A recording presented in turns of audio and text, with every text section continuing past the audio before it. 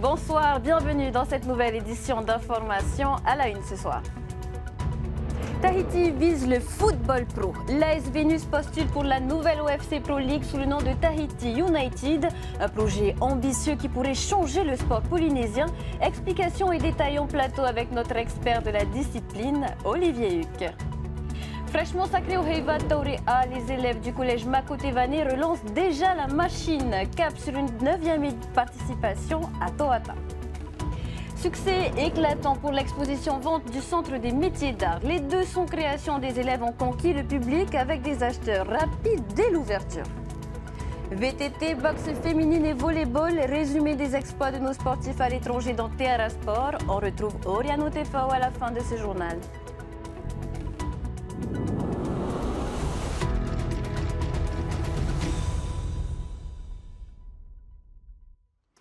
Une révolution dans le football océanien. Un championnat professionnel voit le jour et Tahiti veut sa place parmi l'élite. L'AS Vénus postule sous le nom de Tahiti United avec un projet ambitieux, faire vibrer toute la Polynésie derrière une équipe unique. Enjeux, défis et espoirs avec Olivier Huc et Naya Bennett. Passer du statut d'amateur à celui de professionnel, c'est l'ambition du club de l'AS Vénus grâce à la Pro League organisée par l'OFC, la Confédération océanienne de football. Le club de Mahina a pour ambition de représenter le Fénois dans cette nouvelle compétition océanienne sous le nom de Tahiti United. C'est vrai qu'on a eu l'initiative de s'inscrire, mais Tahiti United, notre pensée, c'est que tout le monde, tous les Polynésiens puissent s'associer à ce nom. C'est s'identifier à cette équipe et que en fait, Tahiti United, ça devienne l'équipe de tout le monde, de tous les Polynésiens. Une équipe locale qui aura le statut professionnel, ce qui veut dire que tous les joueurs et le staff auront à terme un contrat et que le football sera leur activité principale. Un projet ambitieux présenté au gouvernement et aux partenaires privés qui a marqué les esprits. Magnifique. Je découvre, là, je ne m'attendais pas à voir ça en arrivant. Donc là, je vois qu'on veut mettre l'ambition de mettre le football polynésien sur les rails de la professionnalisation. C'est génial, quoi. Moi, je vois ça en tant que ministre de l'économie, parce que qui dit professionnalisation dit emploi pour les jeunes, pour les personnes encadrantes, pour un écosystème qui va développer l'économie. On aura une économie sportive qui va se développer. C'est super. Moi, je suis emballé, là, je suis séduit. L'OFC Pro League est un projet de club, mais aura le soutien des instances du football local, puisque Tahiti United pourrait à terme représenter un vivier pour la sélection de Tahiti. Je remercie l'AS Vénus de s'être présenté parce qu'ils sont courageux. Vu le budget qu'il faut avoir à côté, je pense qu'on peut les féliciter. Et là, ils font vraiment du bon travail.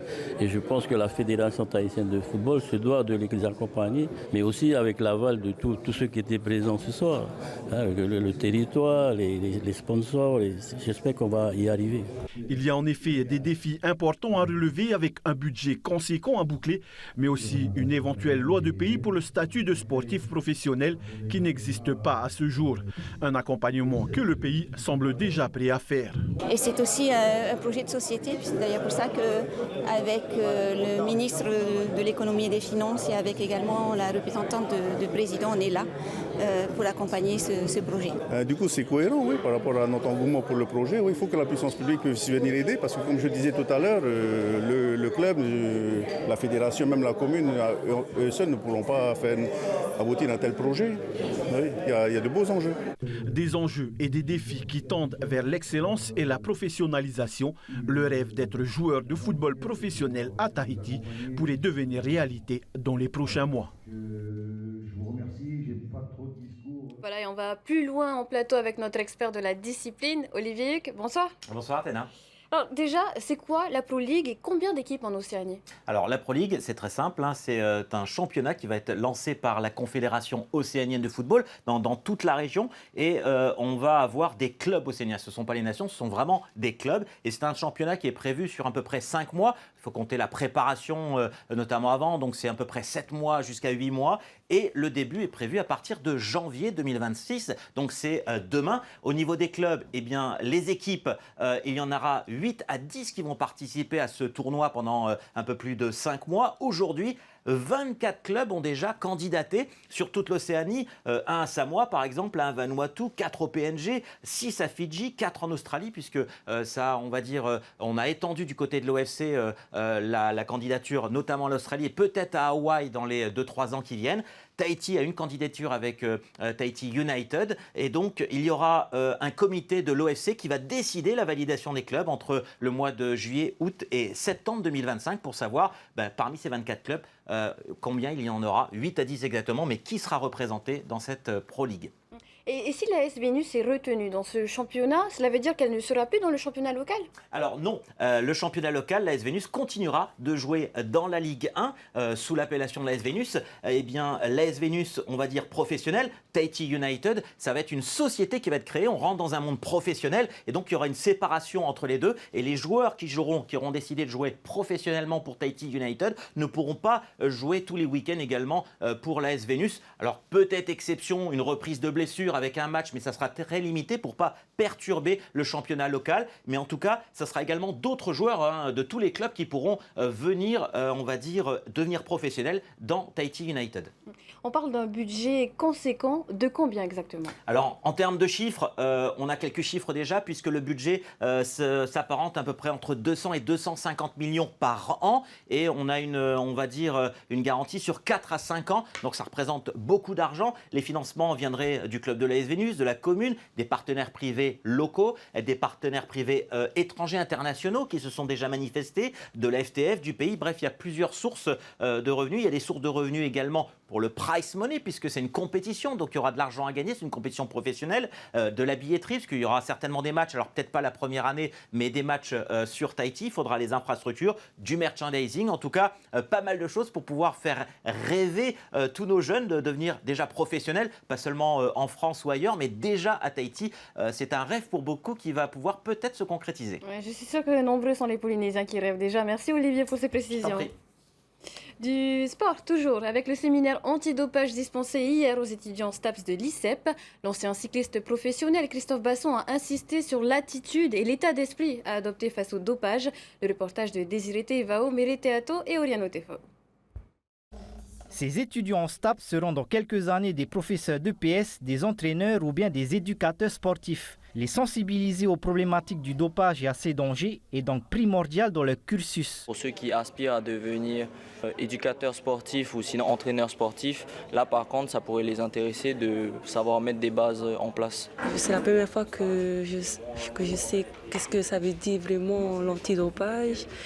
Et c'est quand même bien pour les sportifs de ne pas se doper pour les prochains Jeux qui arrivent.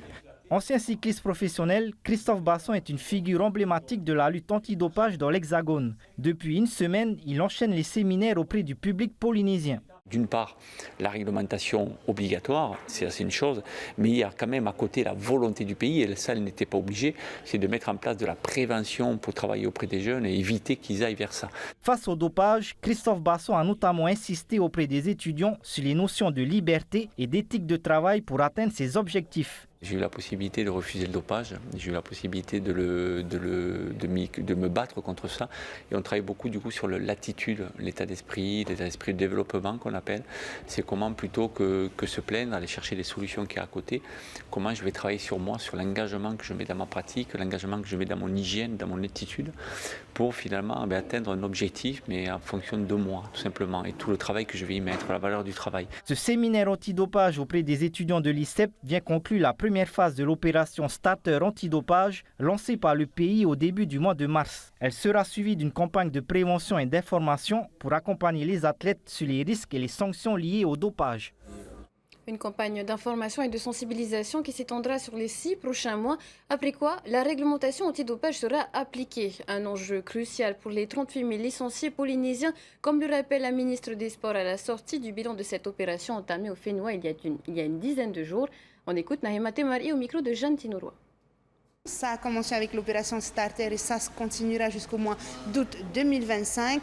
Et puis les contrôles qui seront effectués à partir du mois de septembre 2025 sans s'arrêter pour un minima les 3, 4, 5 prochaines années. Sur l'opération 2025, les opérations 2025, on est sur un budget de 7 millions de francs pacifiques parce que ça ne concerne que les 4 derniers mois de l'année. Néanmoins, les prélèvements aujourd'hui sont chiffrés à hauteur de 12 millions par an, ce qui équivaut à une masse de prélèvements de 100 à 150 prélèvements par an. Donc c'est un vrai travail en partenariat qu'il faut qu'on arrive à mettre en place. Juste, j'appelle nos sportifs et j'appelle l'environnement de nos sportifs, qu'il soit médical, familial, etc. Il faut absolument vous informer parce que vous n'imaginez pas la liste des produits qui figurent sur la liste mondiale des produits interdits parce qu'ils sont considérés comme des produits dopants. Un trentenaire est décédé ce matin dans un accident de moto à Moorea. Pour une raison encore inconnue, il a fait une lourde chute qui lui a été fatale. On dénombre désormais 10 morts sur nos routes depuis le début de l'année. Puis cette information, TNTV a pris l'incendie du Heitiari Inn de Faa à lundi. Un sans-abri a reconnu en garde à vue être à l'origine des flammes. Selon les différentes versions qu'il a données, c'est un accident soit lié à la préparation d'un repas, à la destruction d'ordures ou encore à une cigarette. Sur réquisition de la procureure de la République, la police nationale a mené une opération de contrôle hier au parc Paoufei à Papeete. Au total, 16 couteaux ont été saisis sur 12 individus.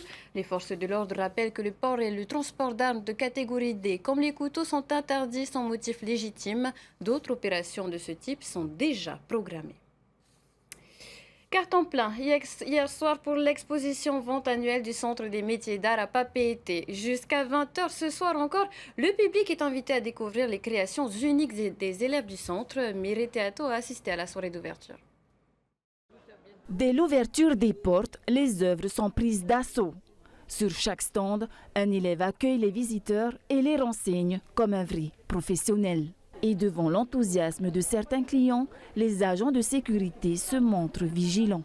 Tout est beau, on a envie de tout acheter. Mais oui, il n'y a déjà plus rien, alors voilà, bravo. Bon, on va payer alors, on y va. Je cherche à nous mettre des bijoux en nacre, voilà. Je pensais que c'était des attaches-cheveux, alors qu'elle nous explique non, c'est des souvenirs. J'ai dit, c'est magnifique, c'est original, il n'y en a pas comme ça. On est venu voir leur travail, leur beau travail. Et encourager les jeunes à continuer, parce que c'est magnifique ce qu'ils font.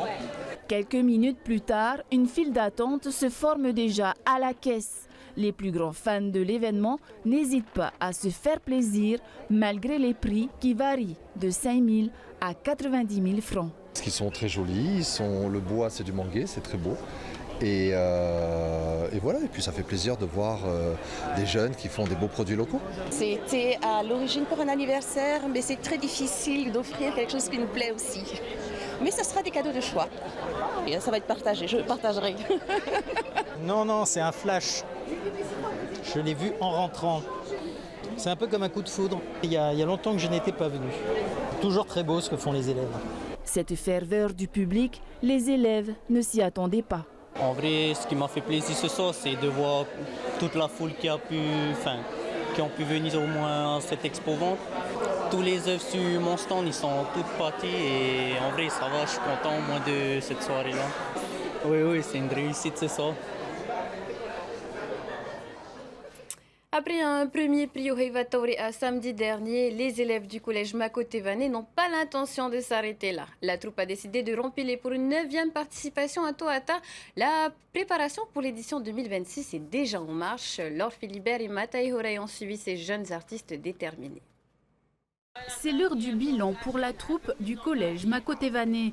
Après des mois de travail et 5 prix prestigieux, elle se réunit à la source Vayanuyanu à Mataya. Chaque ensemble d'artistes prend la parole. C'est d'avoir su s'entraider pour réussir ensemble et d'avoir découvert le monde du spectacle et de la culture.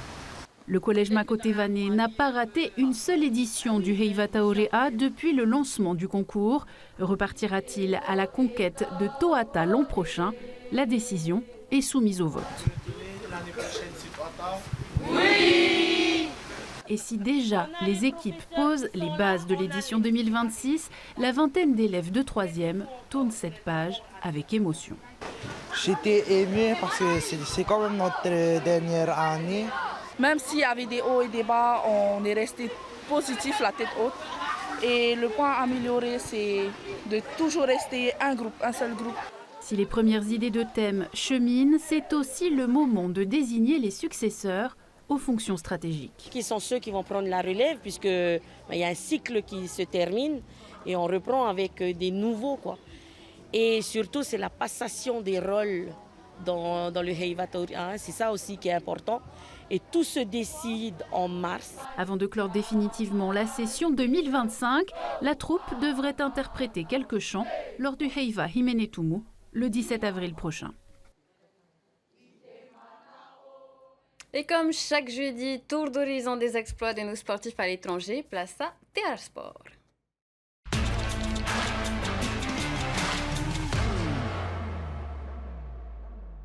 Il nous fait voyager sans quitter le Fénois, notre spécialiste Oriano Tefao. Bonsoir. Alors, on commence en Nouvelle-Zélande. Temar Ibuyar, spécialiste de descente ultra rapide à vélo, a participé le week-end dernier au Crankworx Rotorua avec l'élite mondiale. Et oui, Temari Buyard, champion de downhill. Vous savez, ces courses de VTT qui dévalent des descentes hyper raides avec des obstacles naturels comme des racines, des troncs d'arbres ou encore des pierres qui rendent le parcours très technique. Ça faisait 8 ans que Temari n'avait plus participé à une course internationale et le week-end dernier, il a réussi à se hisser jusqu'en finale parmi les 50 meilleurs athlètes au monde et arrivé 42e au classement général. Nous avons recueilli son ressenti. On l'écoute. Au niveau de ma performance, très satisfait parce que malgré le peu de moyens qu'on a, tu sais, ici, c'est nous-mêmes qui faisons nos pistes. Alors que là-bas, tu remontes en shuttle, il y a les gondoles, tout ce que tu as à faire, c'est t'entraîner, quoi. Alors que nous, on est obligé de shaper, ça prend beaucoup de temps, ça prend beaucoup de jours, des mois. Et alors que là-bas, direct, tu roules. Et voilà, je suis plutôt content parce qu'avec le peu de moyens, on arrive quand même à faire de bons résultats. C'était carrément une bonne expérience. Déjà, tu roules avec les élites, tu t'entraînes avec eux, tu discutes un peu avec eux. Et courir en élite, ça veut dire que beaucoup de spectateurs viennent voir. Comme c'est quand même une épreuve phare avec le slopestyle. Et quand tout le monde vient voir les élites, forcément il y a les demandes d'autographes et tout, et c'est super cool. Et grâce à ces sensations fortes retrouvées pendant la compétition, Temari espère s'aligner à un événement prestigieux en juin. On l'écoute. Mes prochains objectifs, ce serait peut-être les championnats de France en juillet. Si j'ai les moyens et le budget, je suis prêt à partir là-bas. Ouais, il faudra s'entraîner dur parce que les Français ils sont super bons, c'est même eux les meilleurs pour le moment. Et voilà, ce sera du physique, renforcement musculaire et cardio. Du sport au féminin maintenant, direction la Serbie où se sont disputés les championnats du monde de boxe organisés par l'IBA. 2 Tahitiennes sont montées sur le ring. Zamora et Veruiti Nena, toutes deux issues d'une grande famille de boxe, ont participé à ce grand rendez-vous en représentant l'équipe Océania. Dans la catégorie des plus de 80 kg, Veruiti est tombée sur un gros morceau dès le premier tour. La pugiliste Mondova Saltana, classée 13e mondiale, la Russe s'est imposée contre notre Tahitienne par arrêt de l'arbitre dès le premier round. Dans la catégorie des plus de 80 kg, Zamora Nena, elle a pu se qualifier en quart de finale en battant une boxeuse de Tanzanie par arrêt de l'arbitre également. Et la suite est plus difficile en quart face à une Moldave. Elle perd par points, mais cette aventure reste une expérience très enrichissante et on félicite nos deux pugilistes. Et on va féliciter les suivantes également. Une belle performance de nos volleyeuses tahitiennes qui évoluent en France dans le championnat élite avec l'équipe de Saint-Dié-Vosges. On va parler donc de Kahaya Tobra et les sœurs jumelles Tehe et Tehia Labas qui ont réalisé une superbe saison avec l'équipe des Louves de Saint-Dié-des-Vosges. Elles ont réalisé un parcours sans faute, 18 matchs, 18 victoires lors des playoffs. Elles sont donc déterminées à viser une montée en Ligue A, la division supérieure. Et c'est le meilleur qu'on le souhaite, Athéna. Et on vous retrouve jeudi prochain, Oriano. À la même heure. Et bien sûr, sur la même chaîne. Et après ce journal, Moana, Tua et 2 épisodes de Drop Dead Diva, puis votre film de ce jeudi, La haine qu'on donne. Très belle soirée à tous sur TNTV. À demain. Retrouvez ce journal en replay sur notre site internet et notre application mobile TNTV.